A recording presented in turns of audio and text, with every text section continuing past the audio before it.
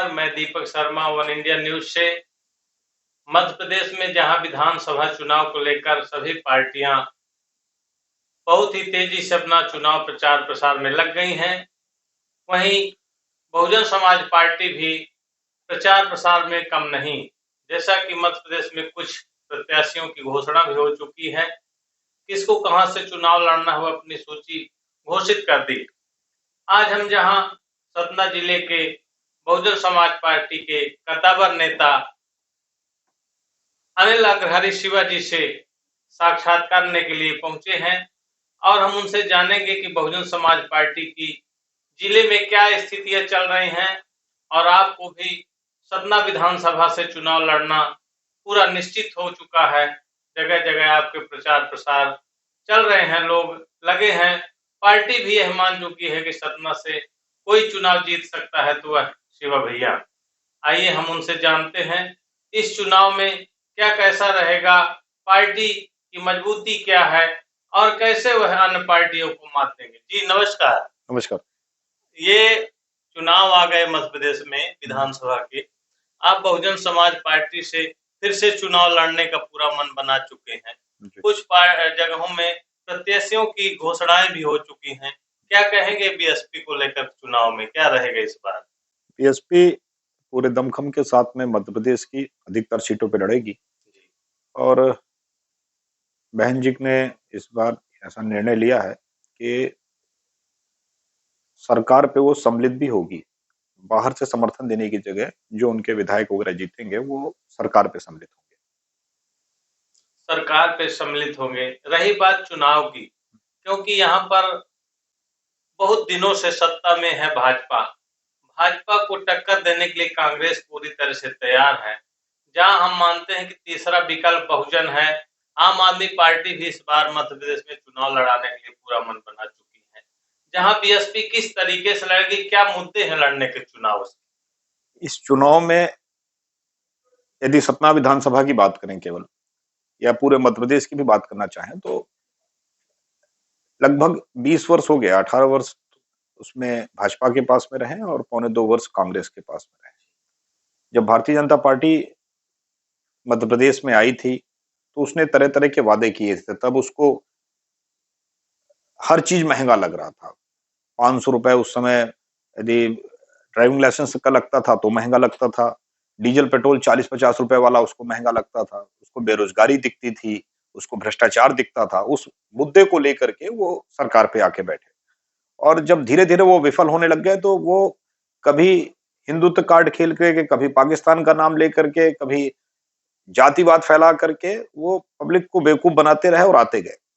इस समय आप लोग भी देख रहे होंगे सर्वे में इनकी हालत बहुत पतली है, बहुत पतली है। कभी ये ढोंग रच करके डबल इंजन, फिर ट्रिपल इंजन, फिर चौथा इंजन, इंजन की बात करते हैं। ये डब्बे उब्बे की कभी बात नहीं करते कि इस रेल के जो रेलगाड़ी चलेगी डबल इंजन या ट्रिपल इंजन की, उसमें पीछे डब्बा कौन सा रहेगा। अभी आप हाल ही में देख लीजिए सतना स्मार्ट सिटी बना है। मैं यदि सतना भर की बात करूं तो सतना स्मार्ट सिटी बना है।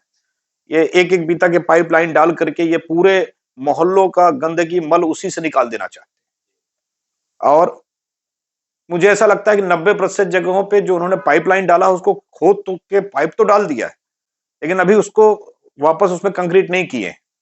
क्योंकि आप लोग भी जानते हैं, सामान्य एक छोटा सा बच्चा तक कह रहा है कि इस पाइप से शहर का पानी और मल नहीं निकल पाएगा। तो इन लोगों ने एक अच्छाई जरूर किया है, जो दोबारा गड्ढे नहीं ढक रहे हैं, क्योंकि उनको पता है कि 6 महीने के बाद फिर खोदना पड़ेगा। तो ये भ्रष्टाचार के लिए ये पूरा काम किया जा रहा है।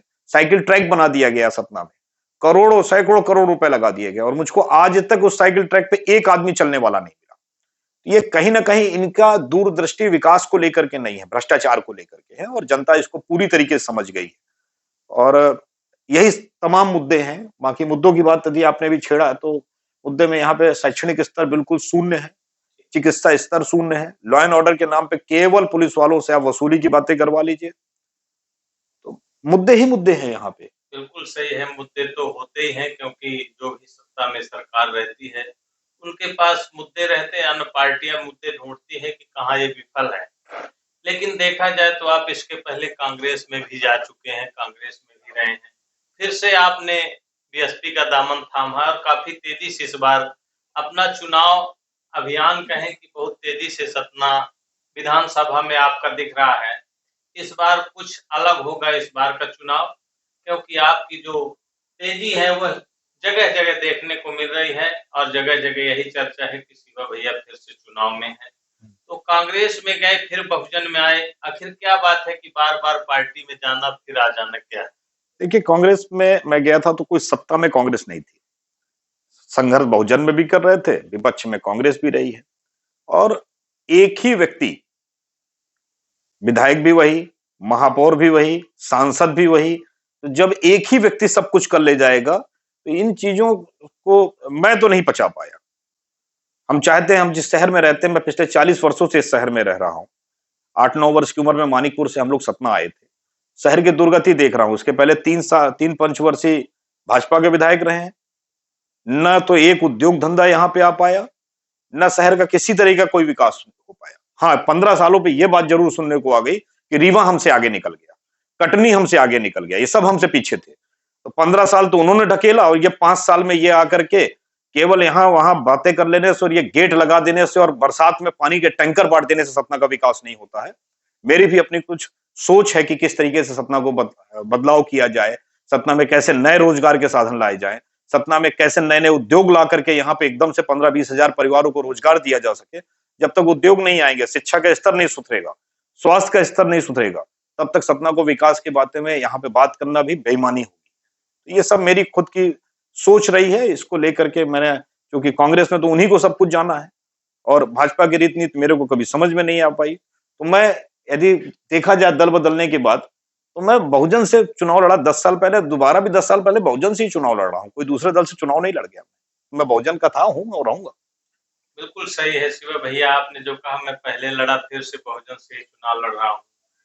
लेकिन देखा जाए तो जो भाजपा की वोटें बढ़ी हैं, आप भी देखते हैं, तो ये माना जाता है कि बहुजन की वोटें जो मानी जाती थी, जिसको हम आप मानते हैं कि प्रधानमंत्री ने अपना घर दे करके और भी जो भी योजनाएं उनको दिए हैं, उनसे वह आपका ये तो तबका जिसको हम बहुजन का मानते थे, वह वोट दिया भाजपा में जा चुकी है। कैसा लगता है, आप फिर से उनको कैसे बीएसपी में जोड़ें, कैसे हाथी चुनाव चिन्ह में उनको बताएं फिर से आ जाए? देखिए, उन्होंने लालच जरूर दिया कि हम मकान दे देंगे। मकान देने के बाद उनके लोग जो है पेशाब कर रहे हैं, उनके विधायक के लड़के गोली मार रहे हैं। जब आदमी बचेगा ही नहीं, उसका मान सम्मान नहीं बचेगा और मकान दे रहे हैं, कौन सा ये ऐसी एहसान लाद दिया? ये संविधान देता है उनको पूरा अधिकार और संविधान बाबा साहब ने बनाया। ये किसी को अपने घर से ले आकर के उनको पैसा रुपया ये सामान नहीं दिए दे रहा है। 50 रुपए का डीजल जब 100 रुपए करे दे रहे हैं, 1400 की रसोई गैस जो है 400 की रसोई गैस उठा करके 1100 रुपए करे दे रहे हैं, तो कौन सा एहसान कर रहे हैं? उनसे लेते हैं 10%, 100% और देते हैं 10%। आज गरीब का जो आटा खरीदता है उसमें तक जीएसटी लग रही है। पहले जो है 3 रुपए किलो का टमाटर आता था, अब 200 रुपए कर दिए। ये कौन सा एहसान कर रहे हैं? मकान तो दिए दे रहे हैं, मकान में रहने के लिए जो बिजली है 9 रुपए यूनिट कर दिए। हर चीज महंगाई बेशुमार है। यदि उनको देना ही है और गरीबों को अपने पक्ष में लाते हैं, तो मैं तो उनसे आग्रह करता हूं उनको रोजगार दे दे, उनके बच्चों के भविष्य की बातें करें। तो ये सब में वो पूरी तरह विफल है और आपको लगता है कि बहुजन के लोग उनके साथ चले गए। अब तो बैठ करके क्रिया प्रतिक्रिया दोनों आ रही है। उन लोग ये मान रहे हैं कि हम ठग गए। एक ठग आया था गुजरात का, जिसने पूरे देश को ठगा और गरीबों को भी ठगा। अब सब समझ रहे हैं इस चीज को। बिल्कुल, आपका इस इंटरव्यू में अंतिम सवाल रहेगा कि यहाँ लगातार भाजपा से शंकर लाल जी विधायक चुने गए, तो 3 बार उन्होंने विधायक रहा भाजपा से रह चुके हैं और इस बार कांग्रेस के यहाँ विधायक चुने गए सिद्धार्थ कुशवाहा डब्बू जी। इस बार का चुनाव विधानसभा बड़ा ही पेचीदा लग रहा है, क्योंकि अभी तक जो समीकरण बन रहे हैं दिख रहे हैं सोशल मीडिया में या बड़े जगहों में बैठकर यह देखा जाता है, किसी का कुछ समझ में नहीं आ रहा कि आखिरकार सतना में इस बार क्या होने वाला है। आप भी घूमते हैं, बड़े लोगों से मिलते-जुलते हैं, क्या महसूस कर रहे हैं, क्या होगा इस बार? देखिए, आपने 2 लोगों का नाम लिया, एक सिद्धार्थ कुशवाहा जी का, एक शंकर लाल तिवारी जी का। 15 साल तिवारी जी यहाँ के एमएलए थे। मैं उनकी बड़ी रिस्पेक्ट करता हूँ। मेरे पिताजी के साथ ही रहे हैं। लेकिन मुझे 15 साल में मुझे नहीं लगता कि उन्होंने कुछ शहर को ऐसा दिया है कि जिस चीजों को याद करके वो वोट मांगे। कुछ जगह उनके समर्थक लोग ये कहते हुए मिलते हैं, सुनाई मेरे को भी देता है कि ये अंतिम है उनका, ये अंतिम चुनाव है। लेकिन मैं तो ईश्वर से प्रार्थना करता हूँ कि कम से कम शतायु हो और उससे ज्यादा चलें। अंतिम और ये सब तो चलता रहता है। शहर को कुछ दिया है उन्होंने 15 वर्षों में। तो उन चीजों को लेकर के उनको निश्चित मैदान पे आना चाहिए, उनका स्वागत है। और रहा कांग्रेस प्रत्याशी का, तो आप लोग खुद शहर में घूम रहे हैं, 5 साल का तो सबको याद होगा, वो 15 साल तो लोग हो सकता है भूल भी गए हों। कुछ भी नहीं हुआ है सतना में।